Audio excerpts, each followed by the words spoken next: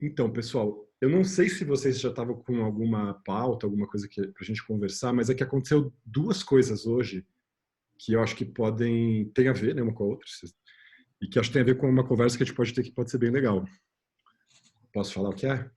Pode? Tá, não vou expor as pessoas, mas foram duas pessoas, uma muito íntima e uma pessoa com quem eu trabalho, né? E tive duas situações de suicídio hoje, então, para lidar. Nossa, É, e então uma foi uma que... situação bastante dramática, assim, a pessoa estava na sala trabalhando, né? Nessas situações ainda, inclusive, como se a gente estivesse aqui conversando, de repente acontecesse um suicídio do lado. E a outra também foi uma outra situação de suicídio que aconteceu com um parente, não um parente que se suicidou, né? Que soube porque é uma pessoa muito próxima do círculo dela que se suicidou. E aí veio essas perguntas, né? Como é que está essa questão do suicídio na pandemia? Será que se publica coisa sobre isso? Não se fala muito sobre isso e tal? E eu achei que a gente poderia talvez conversar sobre isso. Não sei o que vocês acham da questão. Uhum. Não sei se se sentem à vontade para falar sobre isso, se vocês preferem alguma outra coisa. Na verdade, eu tinha colocado vários temas, né? A gente tinha levantado aqueles Uhum. todos que a gente listou e tudo. Eu não sei se vocês preferem. E a Maria não vai poder participar hoje, né? Que ela teve uma situação em que ela teve que levar uma cliente dela para a delegacia de mulheres, então ela não vai poder participar da conversa. Então não sei se vocês Olha, também tiverem um assunto aí para trazer e quiserem mudar. de relato pessoal, essa semana eu tive uma queda bem pesada, assim, tipo, eu nem te acionei nem nada, porque eu preciso me autocontrolar aqui também. É claro que a Luísa tá atenta. Mas, cara, eu não tinha Então surtado ainda. vamos falar É. da sua situação, então, Gui, porque ela é Não, não, própria sua. Mas sabe por mas quê? é bem Porque eu acho que a simples. partir da sua conversa, acho que a gente pode desenrolar isso, porque também eu já Sim. anunciei a situação, né? Tipo, bom, aconteceram 2 suicídios aqui, em situações que não são diretamente ligadas a mim, mas indiretamente ligadas, mas que me fizeram ligar esse sinal de alarme de falar, putz, a gente precisa falar sobre isso. Vamos começar então, Então, de bora, repente, vamos lá. gravando com essas duas deixas aí. Maravilha. Sei Fala, Gui. lá. Traz aí o teu tema E e a só lembrando gente... que eu vou ter que sair, tipo, 8 em ponto, assim, mas tem tempo Beleza, beleza. Não, suficiente. mas é Mas eu ótimo porque vou aí também a gente vai postar. tentando se controlar para fazer o episódio de 1 hora. E se um pouquinho antes, melhor para me preparar para essa aula aí que eu tô fazendo. Beleza, Mas, beleza. tranquilo. Vamos Tá, lá, Gui. Fala vamos de lá. você, cara. Vamos lá e a gente traz o assunto aí. É bem simples, na verdade. Eu sempre busquei autoconhecimento, sem prestar atenção, e você, aqui a gente já comentou, eu sou publicitário, trabalhei com publicidade há muito tempo. Um pouco antes da pandemia eu consegui sair disso e sair do mundo da publicidade e comecei a produzir mais artes aqui de casa, essas pinturas, tal, que é uma coisa que eu quero ter como princípio, né, como parte do foco principal vai ser a arte. E eu sempre me pego numa queda de desespero, assim, do tipo, tá bom, então por que fazer tudo isso, sabe? Dentro da publicidade era assim também, tá bom, por que eu tô fazendo essa merda aqui que morre e que dali 2 semanas nem o cliente que consumiu aquela merda sabe que consumiu, sabe? E ele nem prestou atenção que ele consumiu, nem o brinquedinho do McDonald's mais as pessoas prestam atenção. Então, brinquedinho do McDonald's, eu digo, é uma publicidade feita para a criança, para impulsionar Claro. a venda. Então, assim, eu sempre me pego nesses vales, pensando o quão legal é o todo, sabe? Estar de casa, sozinho, é óbvio, né? Tem a minha esposa, tudo, os animaizinhos, os bichinhos, têm as funções diárias, mas por que fazer tudo isso? Por que continuar fazendo, sabe? Eu consigo apontar o dedo para todo mundo, assim, consigo apontar o dedo para o seu trabalho de médico que tem estudo de tantos anos e você mesmo passou estudando mais de 10, 12 anos e continua estudando. O Mac também é da minha área, o Nico, que é o artista plástico que quando a gente fala de carreira profissional, se eu for pensar que daria para sonhar ser uma profissão, um pouco que eu conversei com o Nico, é uma profissão do caralho, e o que ele viveu já é uma experiência muito foda. E aí eu consigo também, eu sempre consigo ver o lado ruim, sabe, das coisas.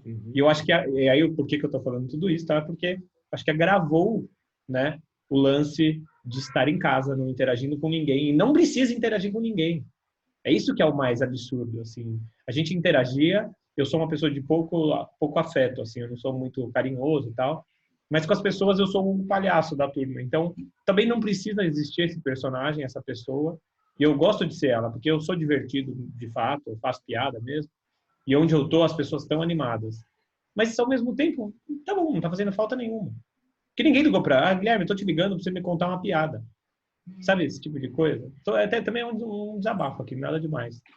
E aí eu me peguei pensando que eu preciso parar tudo que eu tô fazendo, de novo. Assim, tem um monte de projetos que eu vou me enfiando, publicidade que eu vou pegando para fazer, por mais que eu saia da agência, as pessoas me procuram por isso. Então, um freela, um negocinho ou outro, tem o lance da grana, né, que entra. Aí essa semana eu consegui, aí a gente conversou, né, Ale, no começo da semana, eu consegui me organizar mais, estou preenchendo aquele diário, conversei com a Luísa também, que é uma coisa importante, você conversar sobre a sua casa, né, sobre as suas relações, e pouco eu me presto atenção nisso. Então, eu não sei como que a gente consegue puxar o gancho daqui, mas pensando no porquê do todo, sabe? O tempo inteiro. Eu vejo totalmente o gancho. Você terminou sua fala, Gui? Manda bala. Não, você quer falar mais alguma coisa? Alguém quer completar a fala do Gui?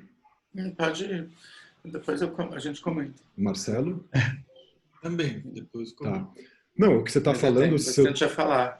se eu estou entendendo o que você está dizendo, Gui, o que você está questionando justamente esse sentimento do absurdo, né? Qual o sentido das coisas e dos trabalhos e da vida, dessa vida cotidiana, ao que ela serve, a quem ela serve, qual é o sentido dela.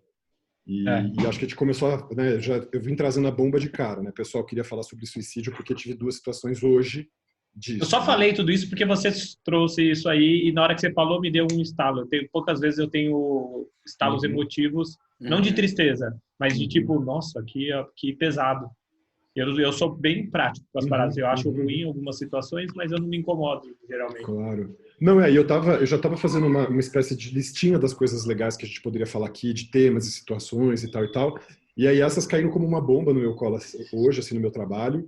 E aí eu pensei, putz, a gente está falando o suficiente sobre isso, assim, a gente está tocando no assunto, não só a gente, nosso grupo aqui, mas a gente, sociedade, né? Porque isso é uma coisa sabida, conhecida, o aumento do número de suicídios durante uma fase de pandemia, uma fase de colapso econômico e tudo mais. A questão é, a mídia nunca divulga essas situações, justamente para evitar o efeito dominó. Só que a gente não pensar, eu acho que tá certo, assim, no sentido da mídia alarmista, ficar fazendo programa para vender tiragem, vender jornal, vender e dar ibope. A gente sabe que eles são, né? É sinistro, acho que não é esse o sentido, mas também privar as pessoas de ter que refletir profundamente sobre o que é essa situação é um problema sério, porque justamente eu estava num grupo, né, cuidando de outras pessoas, e aí a gente surgiu essa questão e a gente falou assim, bom, em que sentido esse suicídio dessa pessoa estranha que se joga e tudo mais tem a ver com cada um de nós, né? Acho que é a mesma pergunta de falar assim, qual que é o sentido de falar depressão para uma pessoa que não é depressiva, ou de falar da morte para uma pessoa que não conhece a morte, que ninguém de perto morreu. Quer dizer, é fundamental falar sobre essas coisas porque elas podem nos atravessar. Não acho aqui que ninguém tenha tendência suicida nesse sentido, mas isso pode se produzir como decorrência de uma doença, como por uma série de fatores. A gente nunca sabe qual é o jogo de forças que faz com que uma pessoa decida se suicidar, mas tem, claro, né, tem uma grandiosíssima parte das pessoas que fazem isso por decorrência de um sofrimento mental crônico e tal, ou até agudo. Tem as tentativas impulsivas e tem as situações contingenciais. E nessa pandemia, essas situações contingenciais ficam muito evidentes, né? A questão econômica, a questão da perda de entes queridos, a questão da perda de toda a estrutura sobre a qual a gente está assentado e tudo. E aí uma das questões que ficou nessa história que eu ouvi hoje de manhã é que era uma pessoa do prédio onde morava essa minha paciente e que as pessoas não sabiam quem era, nem de que andar era, nem a pessoa da frente de porta, vizinho de porta da pessoa que se suicidou sabia quem ela era, o nome, o que fazia. Quer dizer, isso tudo bem, a gente fica espantado nessas horas, a gente fala, cara, é verdade, né? A gente conhece os nossos vizinhos, a gente sabe o nome dos nossos vizinhos, a gente já bateu agora a gente nem pode mais bater na porta da frente para se apresentar, né? Mas em que sentido essa desinserção afetiva e social, né? Social e afetiva, ela também é um dos ingredientes que pode fazer, não com que uma pessoa se suicide, mas se ele tivesse presente, talvez tivesse evitado.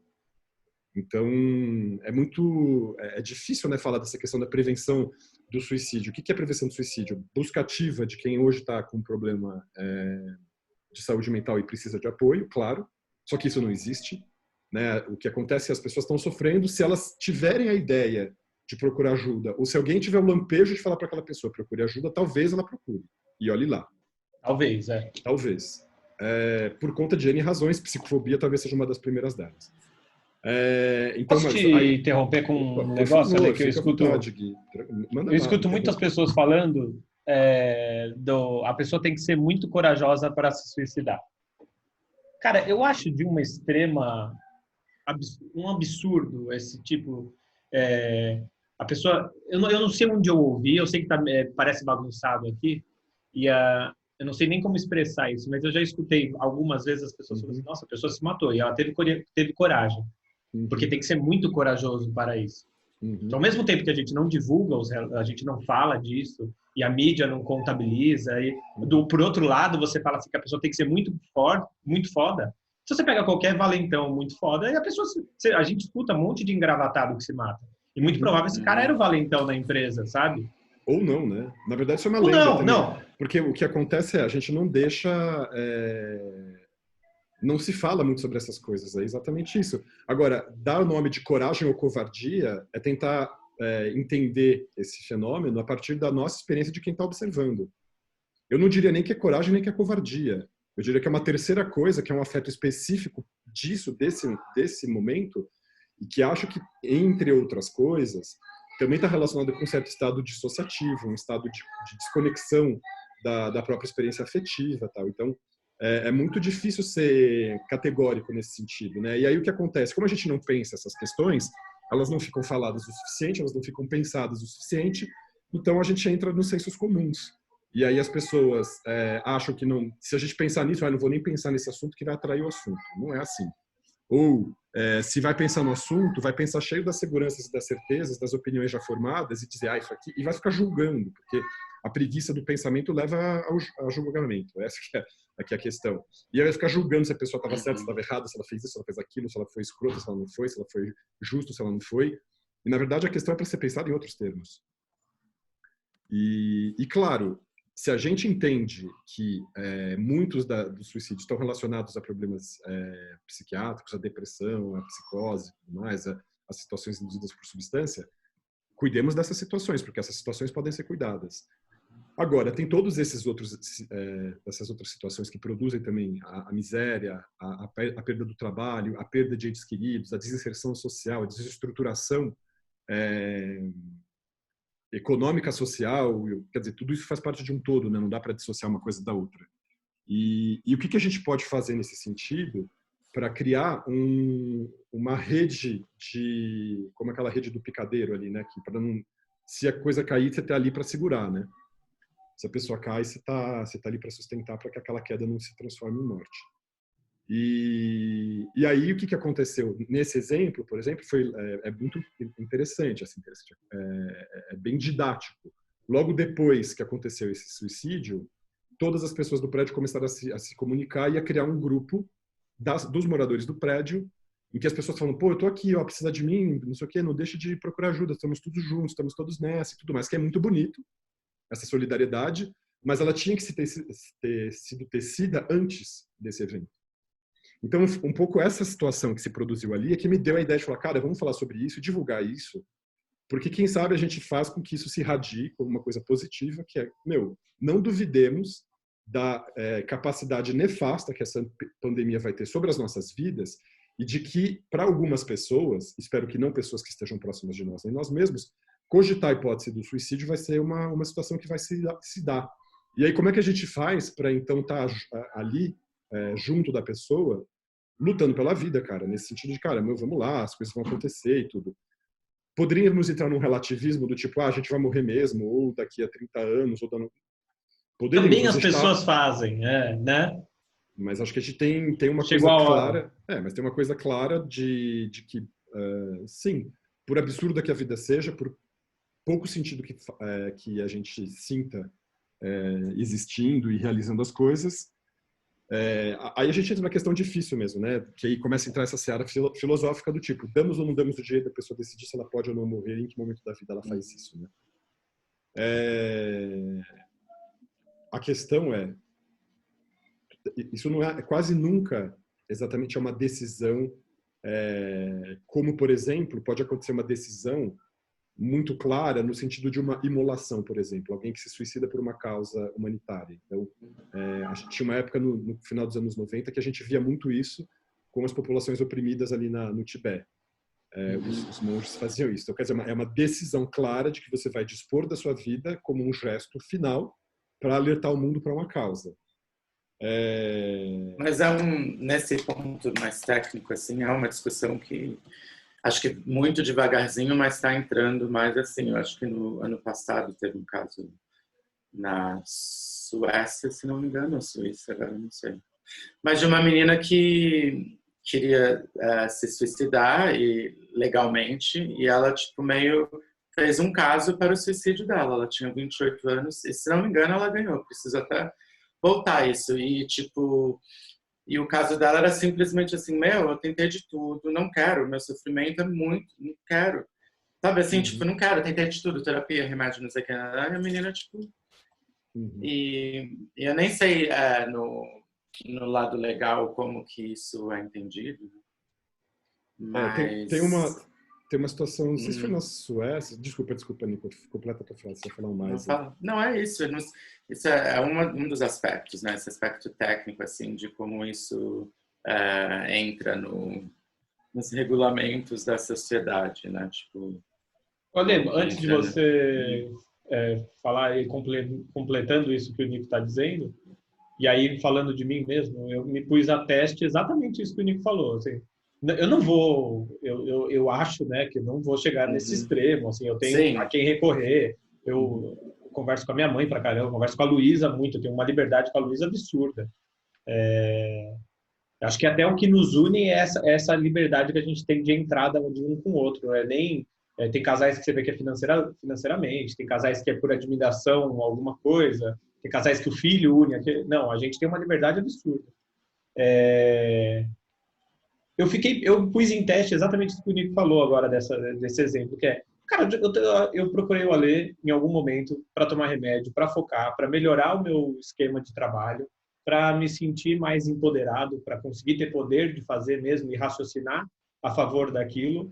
E ao mesmo tempo, cara, tá bom, agora estou tomando remédio. Tá bom, agora ninguém mais, a gente não precisa mais da troca do círculo social. Precisa, é necessário. Talvez isso seja o motivo dessa nossa conversa de hoje. Talvez, obviamente, uma pessoa se suicidar nesse momento, ela encontrou esse momento e falou, cara, fudeu, chega e tchau. Mas eu pus isso até, falei, cara, tá tomando remédio, tem com quem conversar, tem comida na mesa, graças a Deus tá tudo certo, sabe? Assim, sou privilegiado pra caralho. E por que ainda essa sensação estranha, sabe? Só que eu queria dizer que eu fui dar um rolê na rua. Então, assim, você tem que atravessar, você tem que prestar atenção, você tem que olhar para o outro, você tem que desviar do cara que está sem máscara na rua. E aí eu pus a minha cabeça para funcionar de outro jeito. Para sair de casa. Eu vou dar um rolê na rua. E fiz isso por 2 vezes no mesmo dia, sabe? Então, tem várias questões interessantes que você está trazendo, Gui, com a sua fala. Primeiro que assim, uma coisa é você estar focando um tratamento para um problema que tem um componente, claro, que acontece desde a pequena infância, que é bem genético, que é essa questão do TDAH e tudo mais, e que você trata isso, e que ao longo da sua história de vida você pode, com o teu TDAH, acabar desenvolvendo uma baixa autoestima, um problema de ansiedade, um problema de depressão, que vai ficando comórbido, colateral, e geralmente quando você trata o TDAH, isso tende a melhorar, isso é uma coisa. Mas o tratamento para o TDAH e o tratamento para a depressão, mesmo quimicamente falando, eles são diferentes.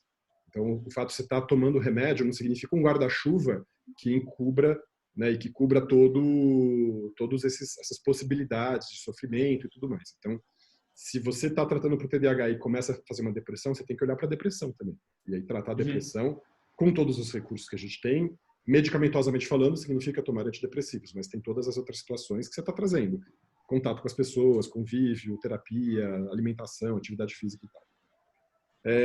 Uma outra coisa que você está falando, talvez na sublinha aí, no subtexto, é uma coisa que a gente já está apontando aqui há um certo tempo. A gente sabe que essa pandemia vai fazer com que 70% das pessoas adoeçam.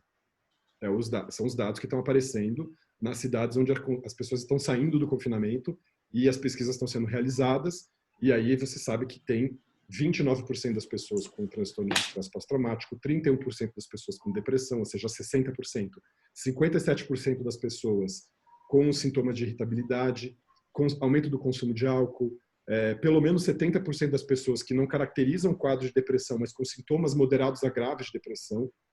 Então, quer dizer, é uma avalanche de sofrimento mesmo. E reconhecer que talvez sim você possa estar deprimindo é um gesto de resistência. Porque senão, essa sua própria doença pode te implodir e te encaminhar para um grau de sofrimento que você entenda que talvez o suicídio seja a solução. Então, o que está acontecendo? A gente sabe que isso vai se produzir aqui. Se nós não estivermos com os nossos sinais de alerta ligados e com as nossas redes conectadas para a gente poder pedir ajuda e procurar rapidamente um profissional e ser encaminhado rapidamente para um profissional e tudo mais, a gente vai ser afogado nessa tsunami. Então, eu acho que assim, a mensagem que eu estou passando aqui ela é para você, Gui, pessoalmente. Sim. E tudo bem, eu sou seu médico, a gente vai conversar individualmente depois sobre isso, num outro nível, mais profundo, tentar entrar nos detalhes assim. Eu acho super legal que você esteja expondo isso, sabendo que essa situação que a gente está produzindo aqui é uma situação aberta, e que isso vai ficar revelado, e tudo bem, a gente está cuidando disso. Mas também até aproveitando, então, o ensejo, de deixar essa mensagem registrada para que ela circule no mundo, para que as pessoas, então, entendam que elas têm que romper essa barreira da vergonha, romper a barreira do medo, porque, assim, essa pandemia está fazendo tábua rasa dos nossos tabus e dos nossos preconceitos, porque nós vamos sofrer, nós não vamos escapar disso. A gente já está sofrendo, na verdade, né? Nós já estamos 2 meses confinados, assim. Ontem eu estava conversando com o meu terapeuta, falando exatamente sobre essa mesma questão, desse tédio, essa situação curiosa. Isso porque eu julgo que eu estou sendo super produtivo nessa fase, apesar de tudo, assim. Então, com todos os meus projetos tentando encontrar alinhamentos para eles, mas eu acho até curioso falar assim, cara, os dias todos são idênticos, é muito estranho. Então, por mais que eu esteja fazendo coisas, estou fazendo todo dia as mesmas coisas e tal. E aí, o meu terapeuta, que é todo bonachão, o Nishan, uma figura, ele virou e falou assim, Ale, você está falando para mim a mesma coisa que eu ouviria de um condenado.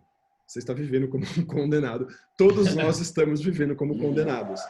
Porque é isso, né? Parece que nós estamos numa prisão, então a gente fala, vou aprender uma língua, vou aprender um curso, vou fazer alguma coisa, vou fazer exercício físico, vou me alimentar como um condenado. Então, essa situação nós já estamos. E a palavra condenado significa com dano, né? Condemnation, assim, tipo, com a imposição ali, né? O castigo, a danação. Nós estamos vivendo a nossa danação. E então, assim, é óbvio que esse sofrimento ele vai gerar, em pelo menos 60% das pessoas, mas pelo que as pesquisas indicam, até 70% das pessoas, um grau tal que vai ser reconhecido sindromicamente. E que aí vai entrar a figura do psiquiatra, do psicólogo e tudo mais. Ah, nossa, o mundo é feito de 70% de pessoas defeituosas? Óbvio que não. Só que nós estamos vivendo uma situação estressora tão intensa que os nossos sistemas de freio e contenção e as nossas capacidades de suportá-las não vão dar conta. E tudo bem. Nós somos humanos todos, nós somos falíveis e a gente vai experimentar a nossa falibilidade. E, exatamente, para nós não incorrermos no que o nosso orgulho, a nossa soberba, a nossa arrogância, a nossa insolência possa gerar a partir do momento em que eu me dou conta dessa insuficiência e dessa fragilidade, que pode ser um tipo, não, a imagem que eu construí para o mundo não é essa. Como que eu vou me mostrar frágil? Como que eu vou me mostrar pobre? Como que eu vou me mostrar falido? Como que eu vou me mostrar manco? Como que eu vou me mostrar defeituoso? Ah, não vou, eu prefiro apagar a minha presença no mundo. Então, a gente vai ter que cuidar disso. A gente vai ter que cuidar para que nós não sejamos vítimas da nossa própria, como eu falei, soberba, arrogância, insolência, desumildade, vamos dizer assim. E é por isso que, então, eu entendo que o desenho espontâneo que aconteceu ali naquele edifício, onde aquela pessoa se suicidou, então as pessoas falam, putz, vamos nos conectar aqui. Primeiro que é interessante que é um desenho que aparece por conta dessa pandemia, porque nós só podemos estar agora conectados pela internet. Porque talvez fizesse ali uma reunião de grupo, o pessoal desceria no salão, conversaria um pouco, tal e tal, e isso não aconteceria mais. Então agora também tem uma situação que se pereniza logo depois disso. Você fala, não, vamos criar um grupo de WhatsApp para ficar conversando aqui, ou um grupo de outra plataforma. Reunião no prédio Reunião no prédio, 20% do prédio desce, 10%. Exatamente. Só que aí, qual que é o bonito disso? É entender que eles entenderam que aquele núcleo edifício ali, aquele troço de concreto no meio da cidade, é uma justificativa, é um denominador comum daquelas pessoas e que então isso justificativa uma reunião, uma comunhão. A nossa comunhão aqui, ela acontece porque nós temos o nosso denominador comum, que é vocês eram, né, são meus pacientes, estão aqui sendo cuidados por mim, então estamos criando essa comunidade, que aqui tem 4 pessoas, tomara que a Maria entre e fique 5, e que começa com esse tema, mas que já transcendeu esse espaço somente terapêutico, ele virou um espaço de produção. Então, quer dizer, vão se tornando outras coisas. Mas acho que a mensagem que fica disso é a única coisa que pode nos salvar nessa situação, da nossa própria possibilidade de nos infligirmos a nossa própria morte, é a solidariedade, é a presença do outro, é a vida que está ali olhando a outra vida. É o olhar que está olhando a outra pessoa. É você saber que você está sendo não observado no sentido negativo, Big Brother, nada disso. Que você está sendo olhado com olhos bem querentes, com olhos que estão assim, tipo, oi, você está aí, como é que você está? A situação desse suicídio foi assim, as pessoas do prédio da frente tiveram que ver pela fachada do prédio qual o apartamento que tinha, aí eles olharam que tinha um apartamento que estava com a grade cortada e com a cadeira colocada ali justaposta à sacada. Aí falaram, puta, é o cara ali do 16º. Então, você imagina, né, o nível de solidão dessa pessoa, que ninguém pôde avisar, ninguém soube, ninguém sabia quem era o nome, não sabia nada. Então... Bizarro, né? Exatamente. E talvez talvez não, né? É muito triste falar isso, mas certamente histórias parecidas se repetirão. E elas podem aumentar. Ou vamos ser um pouco mais delicado, vamos falar que elas podem se repetir, elas podem vir a acontecer. Porque o ideal seria, numa situação limite, que essa mensagem chegasse a todo mundo se sensibilizasse, as pessoas todas se reunissem em comunidade e tentassem cuidar umas das outras para evitar que isso acontecesse. Tentar minimizar tudo isso, né? E não só o suicídio como uma situação limite extrema dentro da psiquiatria, que acho que é a situação psiquiátrica mais grave, mas também todas as outras ordens de sofrimento que são modos de anulação do nosso ser. Não um modo absoluto, como o suicídio é, mas são, se podemos usar esse termo, nem gostaria de usar assim, mas mortes relativas, vamos dizer assim, né? Perdas, né? Finitudes, vamos chamar assim, então, para não chamar. Finitudes que se apagam ali, né? Modos nossos de ser, que se interrompem naquele tempo e espaço determinado ali. Então, bom, acho que eu falei bastante, pessoal. Queria ouvir de vocês, na verdade. Marcelo, você tem algo? Eu estou ouvindo tudo isso aí, acho que tem tudo a ver, né? Esse período é complicado.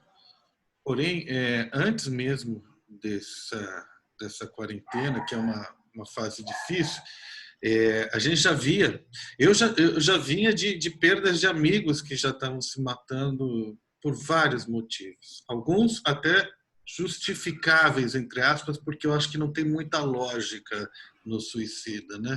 Mas, por exemplo, tinha um que era da TV Cultura, que era um diretor, trabalhava lá no musical e tal, e que ele estava doente, ele estava com câncer e deixou uma carta dizendo: eu estou fazendo isso porque eu não aguento mais o sofrimento.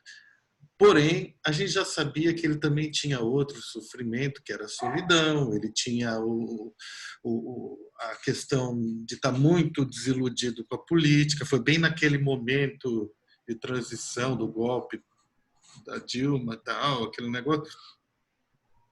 É claro que não tem muito uma razão, mas o cara faz um apanhado ali, não sei, né?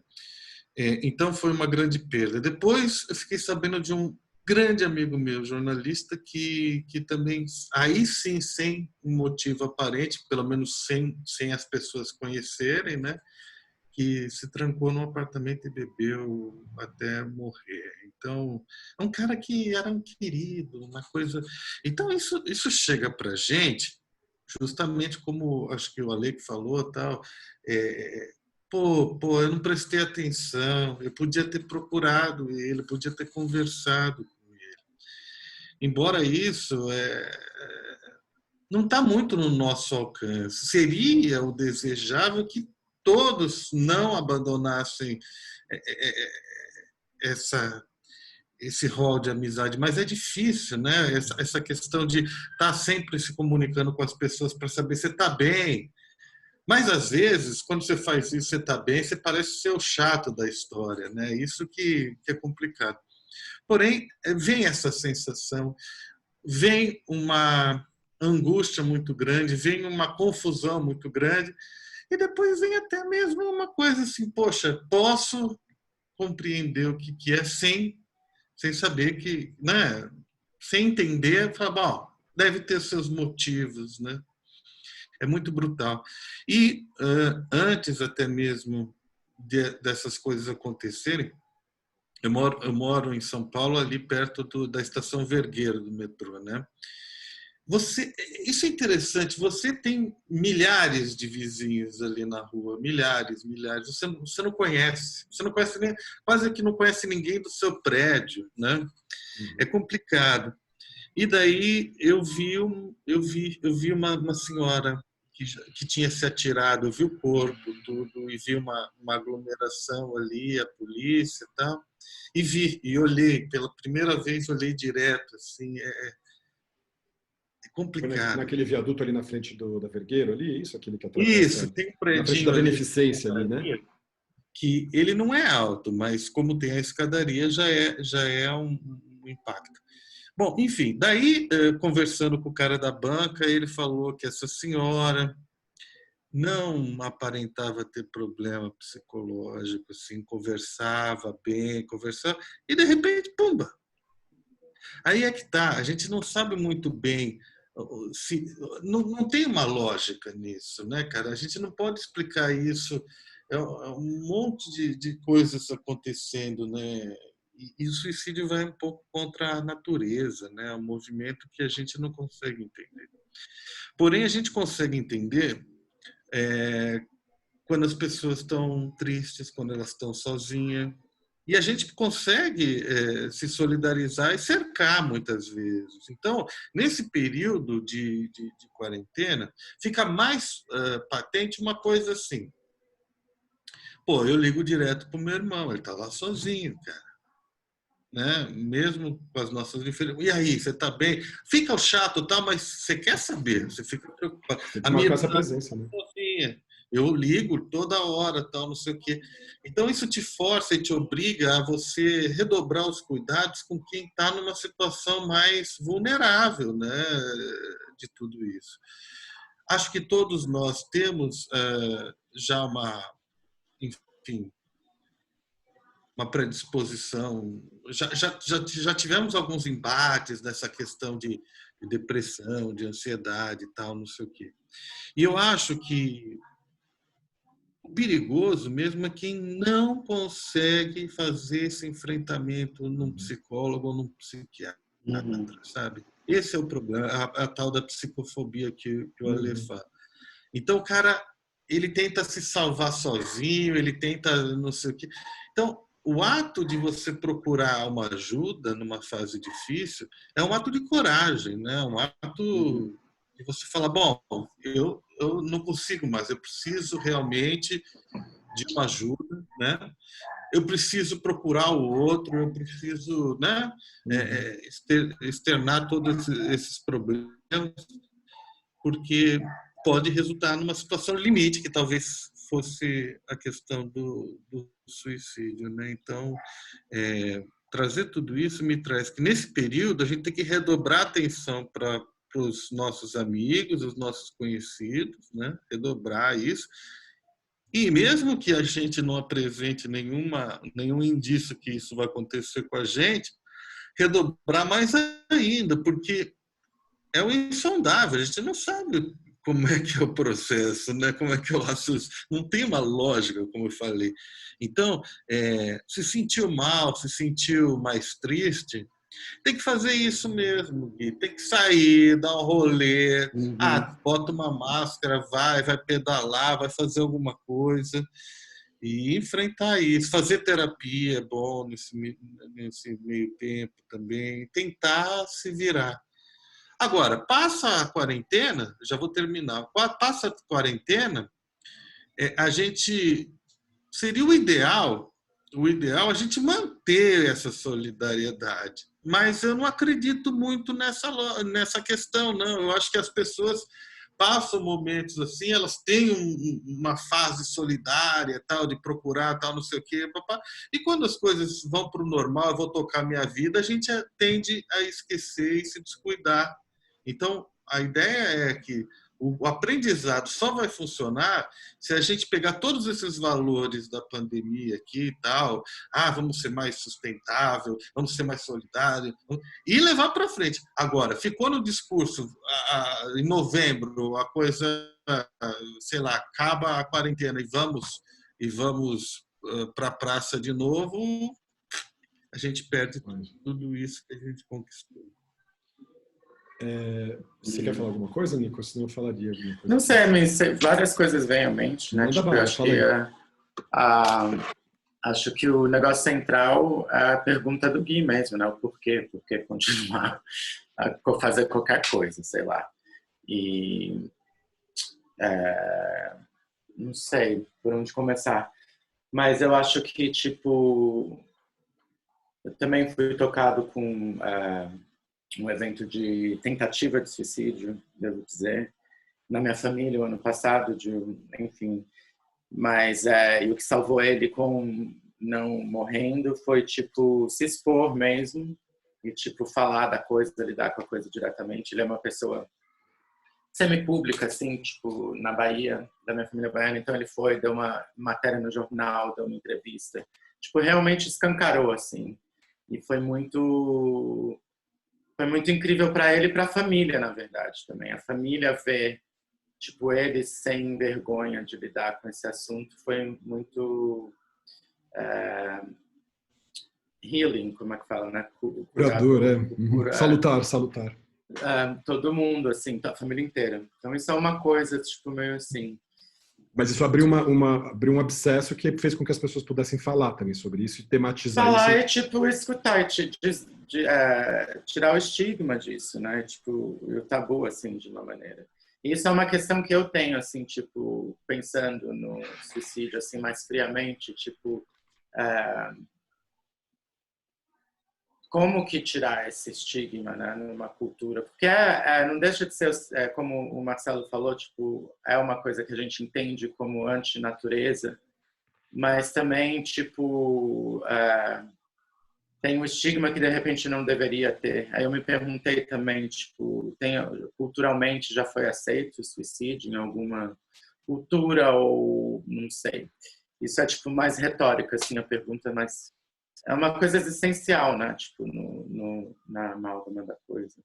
Mas e aí para tipo abordar mais as questões do Gui mais diretamente, assim, que eu me identifico também, tipo, sendo artista e, tipo, conseguindo manter, assim, essa coisa constante na minha vida, realmente a inconstância que é o denominador em comum, assim, tipo, da trajetória inteira, sei lá.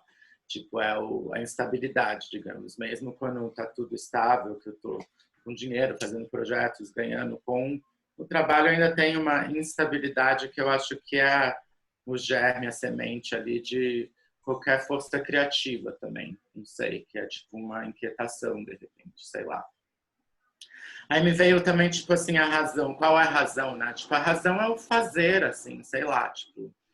Eu falei muito isso com o Alexandre já e com outros psicoterapeutas que eu já tive.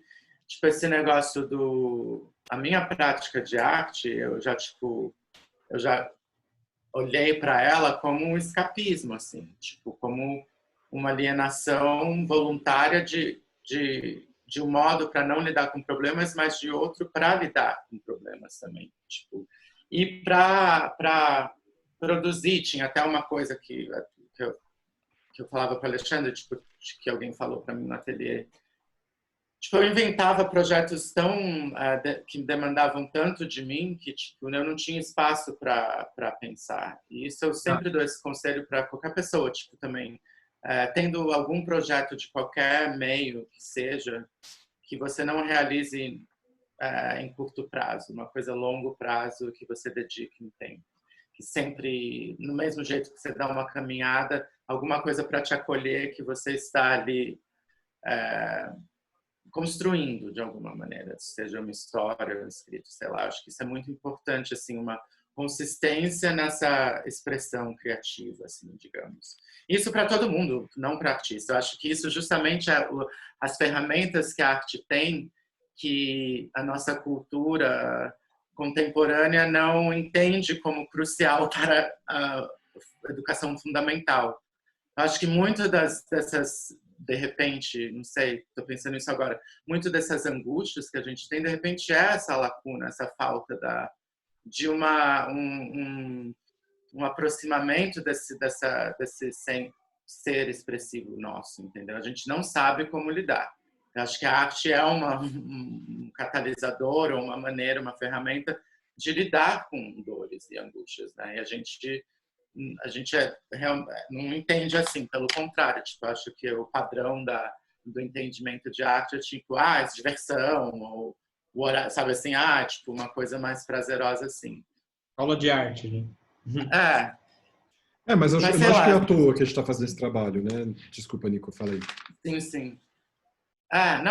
Só tudo isso para dizer que, tipo, e claro, também não é a salvação. Eu já também usei a arte muito, o meu trabalho, digo, que eu acho que é diferente. Eu já conversei com amigos que fazem arte, mas não são artistas necessariamente no sentido de depender economicamente de uma indústria tão instável. Mas, assim, eu também já usei muito o meu trabalho de uma maneira, assim, de repente não tão boa, que é tipo de... Como que eu posso dizer isso? Não de alienação, que eu já falei. Não sei. No sentido de entretenimento? Para definir tudo. Né? Usar, assim, eu já falei isso muitas vezes na minha vida, tipo, conscientemente, tipo assim, ainda bem que eu tenho esse trabalho, não sei o quê, quando eu, tipo, desmancho um namoro, ou alguma coisa, sabe assim, me jogo no trabalho, tipo, de uma maneira meio, sei lá, que eu poderia também me tirar um pouco. Tipo, fica muito o meu mundo, não sei. Mas, de repente, é uma maneira de proteção interessante também. Porque não ocupa, né, o cérebro numa razão maior. E você, tipo assim... E, assim, já tive fases super deprimidas. Isso que eu ia falar, assistir esse mystique do artista, de, tipo, essa...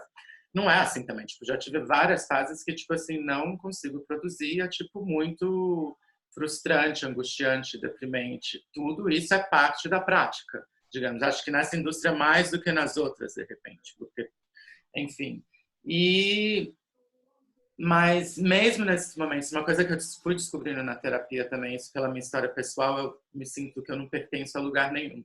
E tive uma epifania, um momento da vida na terapia, tipo que sim, eu pertenço ao ateliê, que não é um lugar físico, é esse lugar que, tipo, eu já levei para várias cidades do mundo, que é essa prática interna, assim, tipo, tenho ideias que eu venho crafting, como é que fala, construindo assim delicadamente há 20 anos, sabe, assim, coisas que eu tô polindo há 20 anos. Então, da mesma maneira que, tipo, é uma vida absurda de algum sentido, porque eu tô polindo essa coisa nem é para me sustentar necessariamente, tipo, por quê? Volto à questão do Gui. Mas no contraponto disso há a razão também, porque se não tivesse esse mundo interior, eu não sei se eu seguraria a onda, entendeu? Também. Então é tipo a dupla face da coisa, né? É muito doido. Tipo... As pessoas falam para mim, não, é ótimo que você saiu da publicidade, porque você é artista, você é... E aí, porra, a pessoa tá te jogando um caminhão de coisa quando ela fala isso, né? Total. Quando você Agora fala pra pessoa, nossa, você é um ótimo advogado. Eu falei para você agora mesmo. Porra, eu consigo apontar o dedo para um médico que estudou 12 anos, não sei o que lá, tem mais 10 de 12 de carreira. Pô, se eu tô te jogando um caminhão, sabe assim, é uma foda. O peso toda também. A indústria é uma foda também, né? Todo. Dentro do relativismo da coisa. Tudo tem sua máquina de moer carne, né? Mas eu diria para você, Nico, que você pertence a você mesmo. É esse o lugar seu, esse ateliê interno que você está falando é você, no fim das contas. E acho que isso é a tal da mochila desobediente que a gente porta. É a nossa casa que não desfaz nunca, né? E é ali que nós então, estamos. exatamente. E esse trabalho, essa externalização desse lugar interior,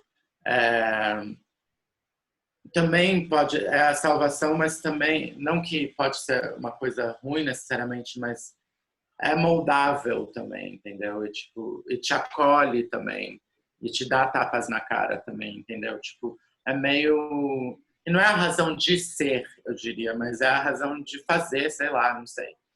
Tipo, a prática interior, isso eu acho tão importante, né? Tipo, não sei, né? Essa coisa de... Você está De falando... novo, eu acho que é uma coisa que é não cultivado na nossa cultura ocidental, de repente, não sei, da oriental, no sistema educacional, entendeu? Tipo, cultivar esse centro aí, expressivo, de identidade expressiva, sei lá. Se a gente for ver até como é dividida a grade horária das escolas, você tem um horário na semana para fazer aula de artes, que todo mundo fala assim, vai lá fazer, e todos os outros horários para todas as outras coisas. E é muito triste que a gente consegue entender, mesmo na escola mais assim, careta ou conservadora, a gente consegue entender o mundo. O mundo pode ser visto pela ciência, pela matemática, pela língua. E você não tem essa visão de, o mundo pode ser entendido pela arte. Não é só para os artistas, para formar artistas que a arte é importante, né? É ainda mais importante para um engenheiro, para, sei lá, para entender o mundo através dessa prática, né? Muito legal, Nico. Acho que eu vou aproveitar o ensejo. Você terminou essa fala? Não, porque acho que você está falando uma coisa muito legal que tem a ver com o que a gente conversou hoje até. Sobre uma coisa que eu falei para você, do que eu estava me sentindo, assim, de que... e isso é uma coisa interessante até do meu lugar aqui com vocês, como médico. E que tem sido muito difícil, para quem está na linha de frente, ser médico agora, enfermeiro, auxiliar de enfermagem, fisioterapeuta, está sendo uma bomba. E eu tô numa outra linha de frente, que é cuidar das pessoas que estão cuidando, é cuidar de, sabe assim, tô um pouco no bastidor aqui, mas também todo impregnado dessa dinâmica, tal. E uma das dificuldades que eu tenho reconhecido, que eu tenho vivido do meu lugar, é uma dificuldade de prescrever as coisas. É muito curioso, assim. Não prescrever no sentido de fazer a receita, prescrição no sentido até da fala, do faça assim, faça assado e tal. Exatamente por causa dessa questão da pandemia. Eu não sei se vocês perceberam, mas eu não tenho mais feito vídeos sozinho, prescrevendo coisas, do tipo, faça assim, faça assado, vá para ali, não vá por aqui, faça não sei o que e tal e tal. Eu tenho preferido dialogar. Porque, exatamente por conta dessa situação pandêmica, as coisas elas não estão mais a serem prescritas, porque para uma coisa ser prescrita, ela tem que ter sido pré-escrita, ela tem que ter sido dita para alguém, e aí eu repito aquela coisa pré-escrita, então eu prescrevo, eu repasso aquele conhecimento, aquela informação, eu conheço a história natural daquele fenômeno, eu sei que ele vai para lá, vai para cá, vai fazer isso, vai fazer aquilo. A gente está diante de uma situação que, pela pandemia, simplesmente deixa a gente diante de um escuro, e para usar uma fala do Átila Yamarino, que ele falou numa live dele, acho que no dia 18, não antes, nós estamos andando no escuro, tropeçando em cadáveres. E então, que é uma fala, é impressionante essa fala. E assim, nós médicos também estamos fazendo isso. Então, nós não estamos mais tendo o que prescrever. Aí fica essa dinâmica, né? Prescreve cloroquina, prescreve azitromicina, prescreve não sei o que, prescreve não sei o que lá. Não tem nada para ser prescrito facilmente assim. Não tem nada que esteja pré-dito, pré-escrito para que a gente possa replicar e repetir, reproduzir, ficar fazendo receita. A história está sendo escrita agora. E é esse o gancho que eu queria aproveitar, Nico, do que você falou. Porque o que você está dizendo que a arte é capaz de fazer é isso que se entende pela palavra grega poiesis, aquilo que se faz. E que daí vem a palavra poesia, poeta, poema. Poein, o verbo poein em grego, significa fazer, simplesmente fazer. E aí a gente pode entender daí um monte de coisa, o fazer artístico, o fazer médico. Então a gente entende que toda coisa tem lá a sua arte. E a palavra arte, propriamente, ela vem da mesma palavra que origina a palavra harmonia, esse ar, e que em latim deu a palavra ars, né, que deu origem à palavra arte. Mas a gente não está falando aqui da arte do sentido plástico, estético, bonito nessa discussão. Não é essa questão.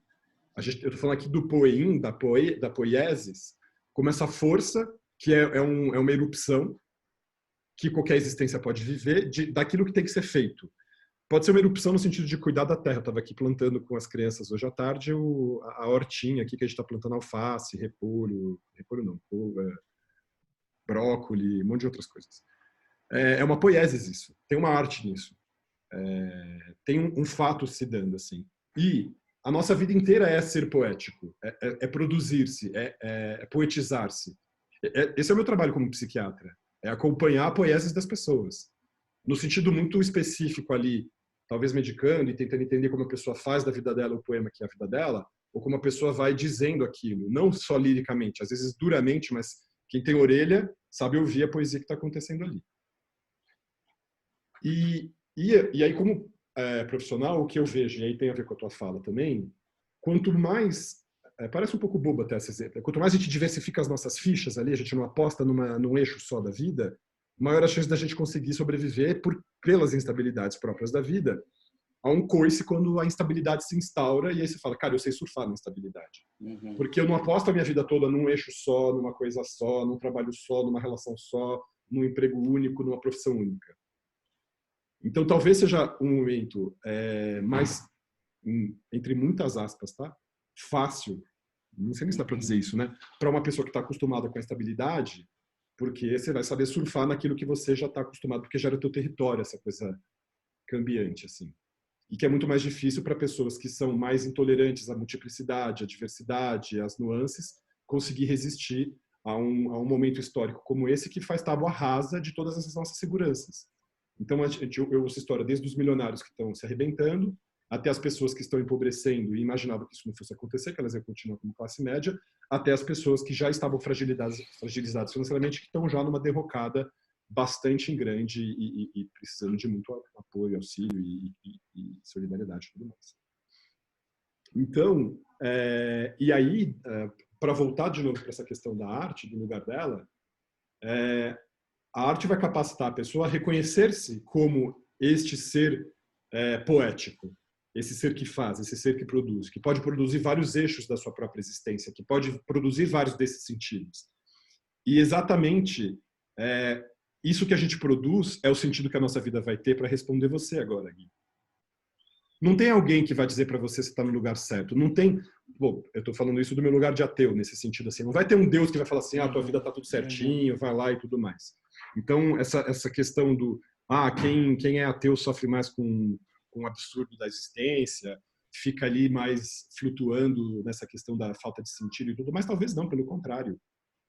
Talvez de entender que eu sou o lugar da produção do meu sentido e que a minha existência ela é valiosa porque eu produzo o sentido da minha existência, que ele é singular e que ninguém vai fazer. E você produz o seu, e o Gui produz o dele, o Marcelo produz o dele. Então, talvez, em algum lugar, se a gente está voltando para pensar na questão do suicida, em algum lugar, essa covardia, coragem, esse estado dissociativo, essa psicose que leva a pessoa à própria morte e tudo mais, seja num átimo de segundo, mas nesse átimo a pessoa consegue se jogar da janela e se matar, um esquecimento dessa preciosidade, de que nós somos a emergência e a erupção do nosso próprio sentido. E que nós damos o sentido da nossa própria. Não, é assim, tipo, eu não sei, na real, eu não sei, tipo... Nico, seu sinal de internet, vocês estão ouvindo o Nico ou só parou para mim? Não, caiu. Caiu para todo mundo. Tá, talvez ele não volte agora. Não, acho que para ele. Acho que caiu o sinal dele, né? Nico, o seu sinal caiu, a gente não Marcelo... pode te ouvir.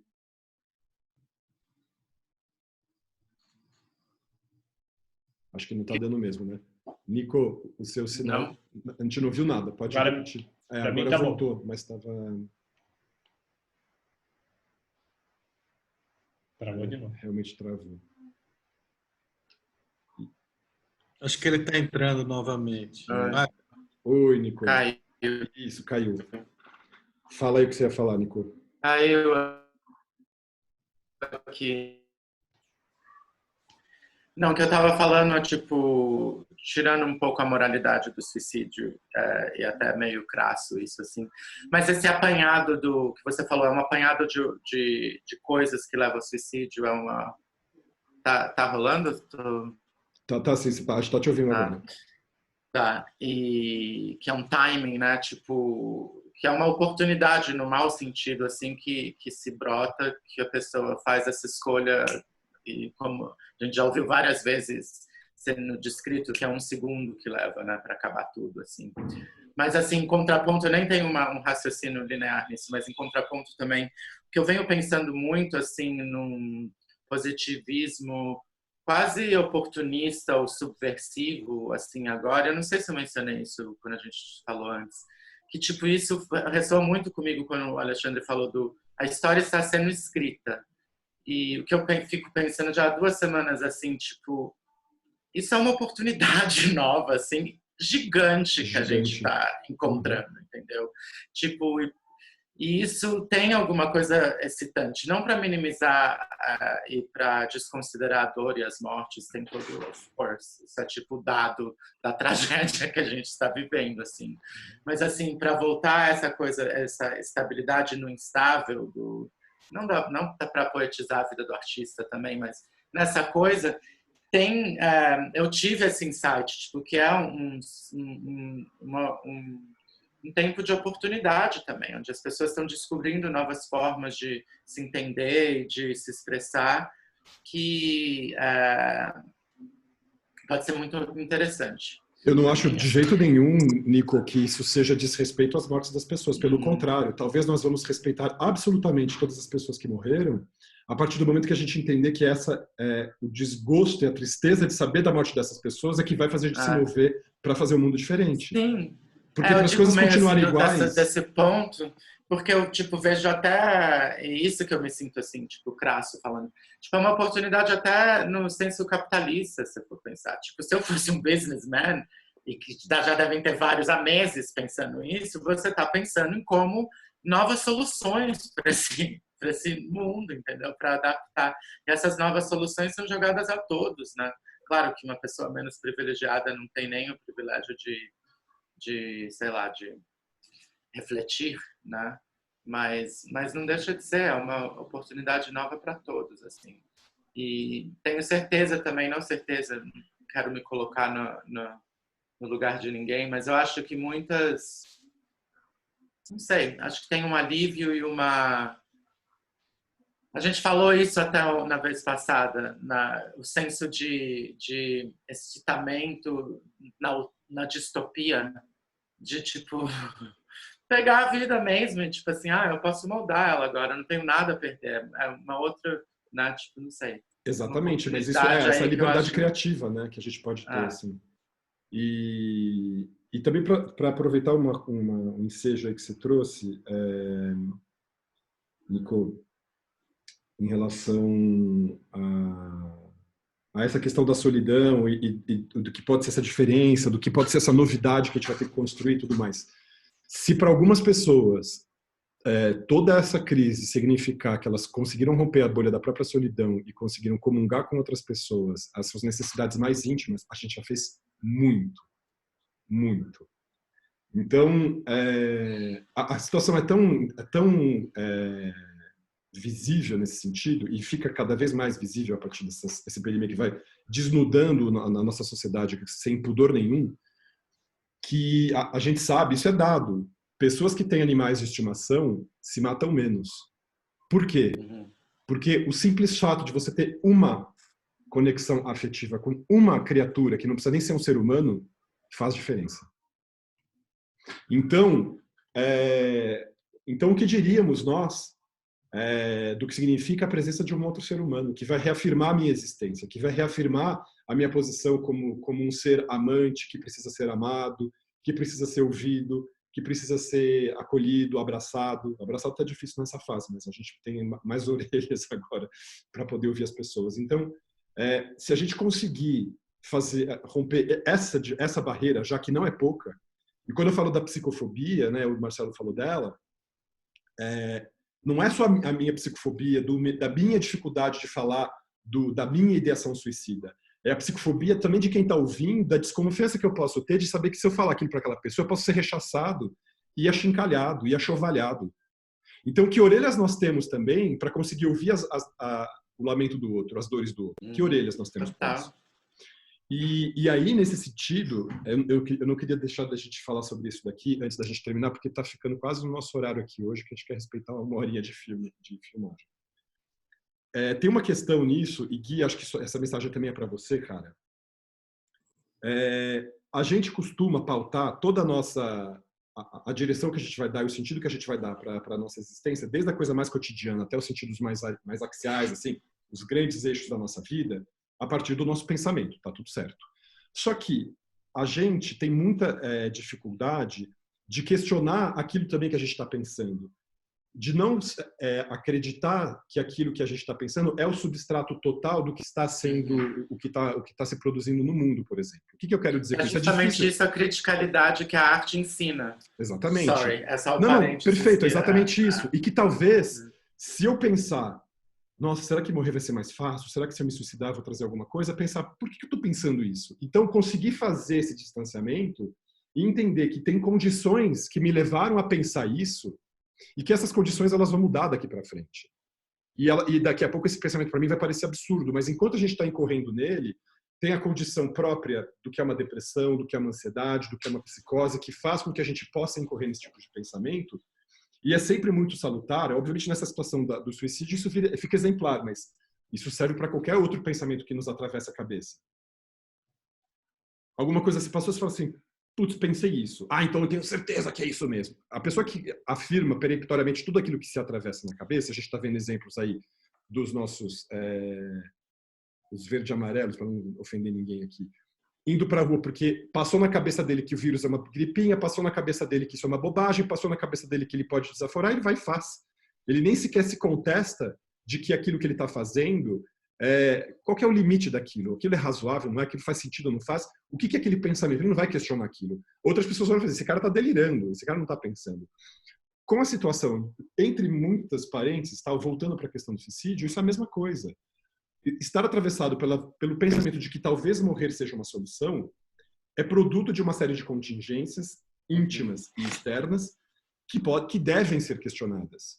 Fala assim, eu estou pensando isso porque isso é a minha última verdade? Não. Eu estou pensando isso porque as minhas situações íntimas e externas estão fazendo com que eu pense isso agora. E não falar sobre essas questões, eu acho que faz parte de uma grande doença nossa, isso é uma coisa que eu queria trazer, talvez vai ficar tema da nossa próxima conversa, que é a nossa não adultização. Assim, a gente vive numa sociedade que nos infantiliza. Essas pessoas vestidinhas de verde e amarelo, que ficam festejando um patinho e ficam fazendo não sei o quê, é uma prova cabal da nossa insuficiência de pensar, da nossa incapacidade de podermos questionar, inclusive as nossas certezas, de questionar o que significa o suicídio, o que significa o meu pensamento de pensar em me matar e tal lá, que significa uma apropriação da minha capacidade de ser adulto, que é a minha capacidade de questionar. Então, quanto mais eu não gosto de falar mais infantilizado, porque as crianças são sagradas. Eu não acho que a gente tem que ficar se comparando às crianças como se elas fossem defeituosas. Mas eu acho que nós, adultos, deixamos prevalecer uma das crianças, a criança mais assoberbada, em vez da criança mais doce. E aí a gente acredita que se tornar assoberbado e seguro de si é ser adulto, mas na verdade a gente já está deixando um tipo de criança falar. E esse tipo de criança assoberbada é essa criança patética que a gente vê nas ruas se manifestando de verde e amarelo. O pensamento crítico, né? A gente tem o pensamento crítico e eles têm uma passividade em relação aos conteúdos que são apresentados. Total, mas o pensamento crítico, para mim, sabe o que é? Não é você se tornar adulto como se adulto fosse uma distinção da infância. Significa acolher as duas crianças que nós somos. A criança soberba e a criança doce. E fazer com que nenhuma dessas crianças tiranize nenhum dos lados, para a gente não cair numa tolice da criança doce e nem num fascismo dessa criança soberbada. E tentar conciliar essas duas crianças no adulto que nós seremos. Tem a perspectiva que às vezes parece até mais isolador, mas para mim é sempre confortável, me comporta, que tipo a insignificância de tudo. Quando você se imagina, tipo, sabe assim, nada matters so much. No fundo também, sabe assim, se você vê o planeta lá, aquele exercício de ver o país, o planeta, o sistema solar, etc. Tipo, a gente é um nada também. Então, tipo, cisco, né? E não para anular a gente, mas para também, tipo, perceber esse milagre, sei lá. Exatamente, que lindo que é. Então, exatamente isso. Se tudo tende à destruição, à corrupção, ao esfacelamento, que é o conceito de entropia, né? A nossa própria estrela, o Sol, vai morrer por conta disso. Talvez justamente a graça, o sentido de viver, seja resistir a essa entropia e falar, cara, eu vou até o talo nesse esforço que a gente sabe que vai perder porque a gente vai morrer, mas bora. E é o senso crítico, não é? Você saiu da sua soberba também de achar que você é o centro, sei lá. Exatamente. É um senso crítico da coisa, né? Tipo, e de se acostumar com o tempo, né? Porque no fim das contas é isso, assim, quanto tempo a mais você quer para você, assim, e você permite que o tempo entre na sua vida, né? E nesse diálogo desses aprendizados que o tempo vai dando, que inclusive dissolve a soberba dessa criança e que talvez faça com que a doçura dessa outra prevaleça num outro modo que não seja da tolice. Então, é interessante também se entregar ao tempo nesse sentido, né? Só que para se entregar ao tempo, a gente se entrega à vida, né? Que é na vida que o tempo acontece. Galera, acho que deu o tempo do Nico aí. Eu Ótima preciso fala ir, do mas vocês podem continuar Liberdade. também aí, se quiserem. Não, mas a gente encerra porque é até legal, porque fecha aqui um horário que é até Tá. bom para as pessoas não ficarem com 1h40. Vou correr aqui então para o próximo. Bom trabalho para você, Nico. Obrigado. Tchau, tchau. Tchau, até mais. E é isso aí, Valeu, pessoal. Mar. Um grande abraço aí para vocês. A gente tem reunião amanhã, né? Ou não? A gente não fechou o horário, né? Do ateliê. Não falamos de horário, mas beleza, a gente fala no grupo, amanhã. então. Beleza, vou passar para você daqui a pouco, Marcelo, o link aqui do vídeo. Pessoal, Valeu. grande abraço aí para todo mundo. Valeu. Boa noite.